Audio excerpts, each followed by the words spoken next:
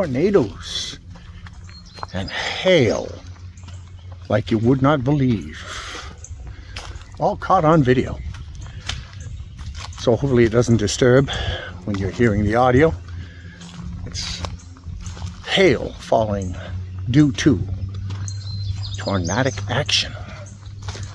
Welcome back. Welcome back to the Guitar Temple, where the musician comes to mingle. Today, let's take a look at somebody who's worked for Barbra Streisand, Todd Rundgren, Cyndi Lauper, and a host of other people. The great Rick Derringer.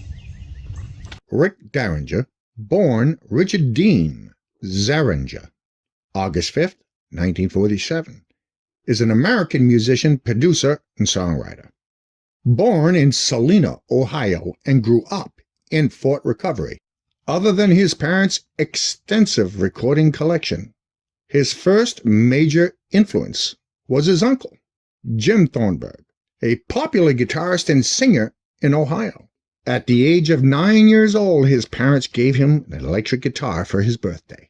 It was not long before he and his brother, Randy, were playing music together. After the 8th grade, the family moved to Union City, Indiana, where he formed a band called the McCoys. When Rick Derringer was 18, the McCoys were hired to back up a New York-based band called the Strangeloves. The members of the Strangeloves were also record producers from New York City and were seeking a band to record a song, My Girl Sloopy, and they chose the McCoys. Rick Derringer later convinced the producers to change the song to Hang On Sloopy. The song stayed at number 1, while the Beatles' Yesterday became number 2. Rick Derringer joined Edgar Winter's White Trash, and then Edgar Winter White Group. White Group meaning white hair. Edgar and Johnny Winter are albinos. Pure white hair, pink eyes. Around this time, while playing with Johnny Winter, he also played guitar on 2 Steely Dan tracks on Katy Lied in 1975. Rick Derringer is credited for helping Donald Fagen gain a record deal in 1972. Derringer worked with his neighbor Todd Rundgren during this time, playing on 4 Todd Rundgren albums. That very same year, he recorded guitar parts for Meatloaf's Making Love Out of Nothing at All and Total Eclipse of the Heart. In 1984, Rick Derringer played guitar on Barbra Streisand's cover version of the Steinmans' Left in the Dark. In 1985, Derringer's friendship with Cyndi Lauper led him and Steinman to collaborate the Wrestling album. He also wrote on Hulk Hogan's theme song, Real American. In 1986, he returned to the band Meatloaf. In 1986, he played guitar on 2 songs from the album True Colors by Cyndi Lauper. Derringer discovered and went on to produce Weird Al Yankovic. Rick Derringer describes himself as a Jesus freak.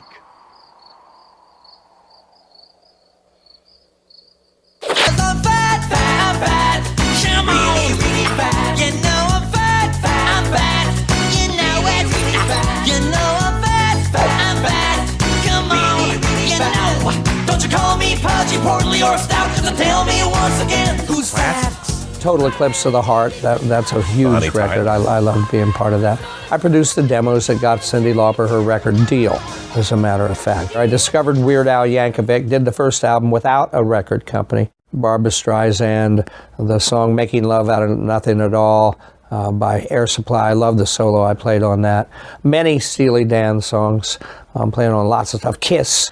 All of a sudden, the audience goes, wow, I didn't know he had that many hits. After a while, you just go, well, I've done that. I proved that. What replaces that? Maintenance is what comes next. But you do want to feel like, I made a contribution. I did a lot. Yeah, I know. I know that, though. I know that. And so do your peers. And that's right, too. Yeah, I've been very well accepted as a musician, and people know that. In the end, I feel really good about that. I can go anywhere in the world and play a concert, and somebody's going to show up. And they're also going to know your songs. They're going to know the songs. I'm still alive and well.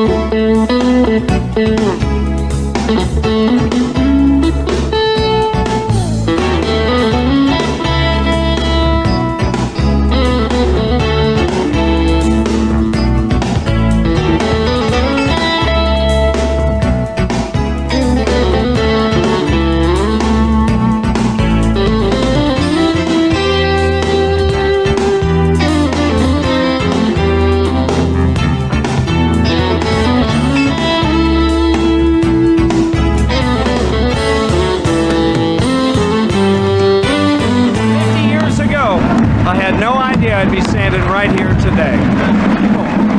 I've played in front of this many people back in the days of Woodstock and things like that.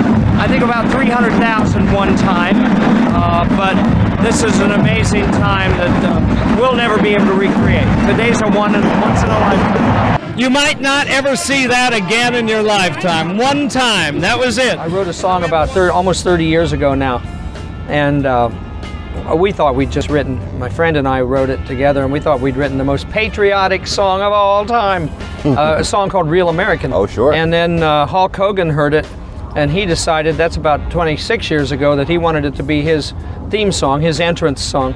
So for the last 26 years, every time Hulk Hogan came in the ring, you'd hear Real American.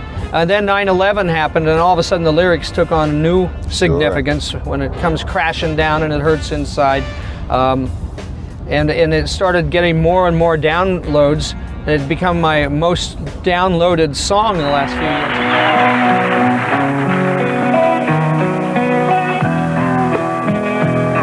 Here I go again, singing the same old song. Some folks think it's all been said before,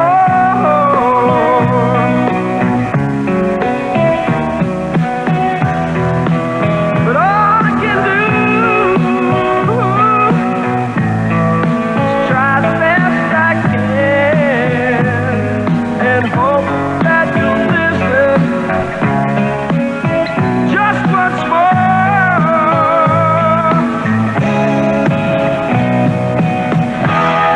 Don't ever say goodbye. I love you past the midnight. Don't ever go away. I need you more and more each day. Right now, it's an excellent writer and guitarist and a good friend of ours, Rick Derringer.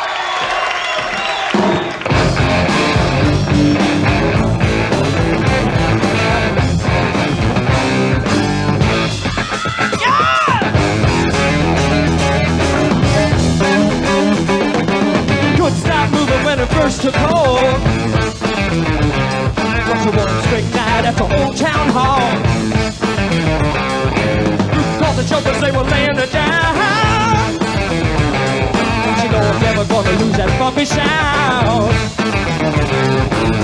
Rock and roll, Hoochie Koo. Come on out and spread the news. Rock and roll, Hoochie Koo. All them mama light my fuse.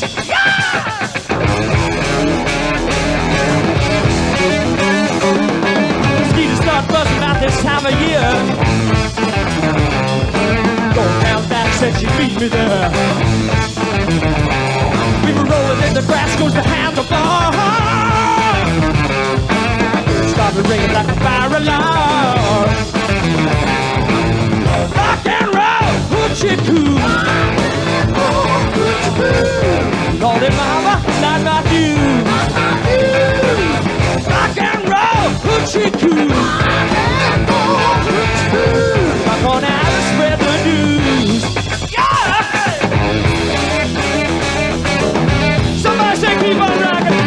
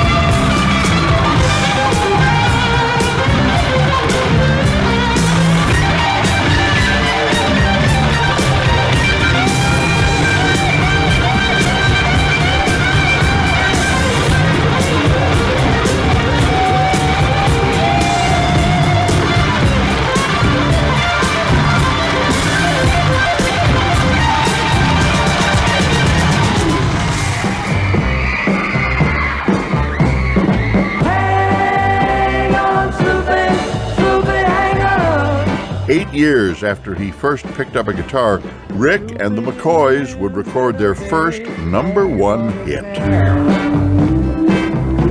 Summer of '65, Rick was just 17.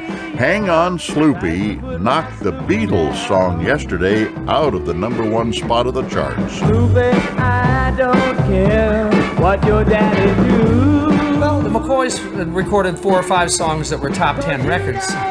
Fever was the follow-up, and it was also top 2 or 3. I say now, hang on, Sloopy, Sloopy, hang on. But after a handful of novelty hits, the McCoys' success began to fade. And that was kind of because we started refusing to just be pigeonholed as kind of a bubblegum group. To survive, the band changed its tune dramatically. We did manage to pull out of that bubblegum era where a lot of people died, and we became the backup band for Johnny Winter, and that brought us into a whole lot more success, so we did good. The jump from bubblegum to rock seemed effortless for Rick. To this day, his versatility as guitarist and producer with rock's albino brothers Johnny and Edgar Winter is legendary. The instant I heard Rick play, I felt an immediate affinity, and we have a synergy together.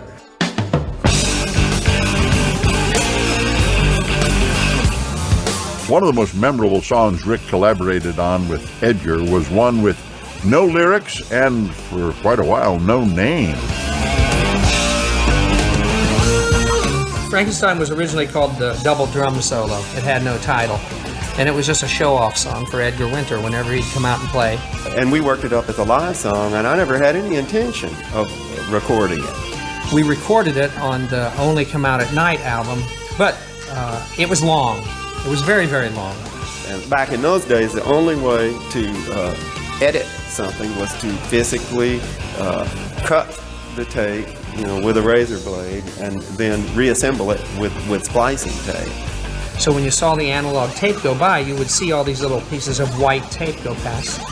Then radio decided that they wanted it as a single, so that meant we had to go into the studio and take this master tape that already had lots of edits in it, and we had to edit it even further.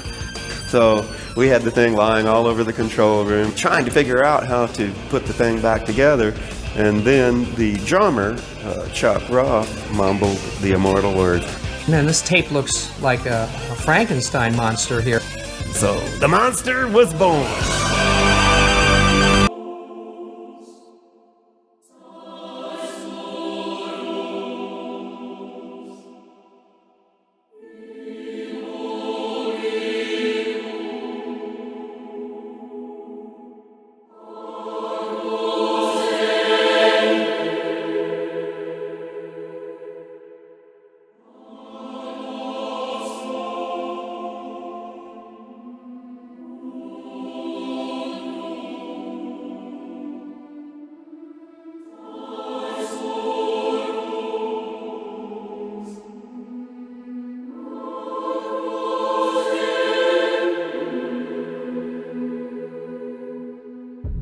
And there's the video.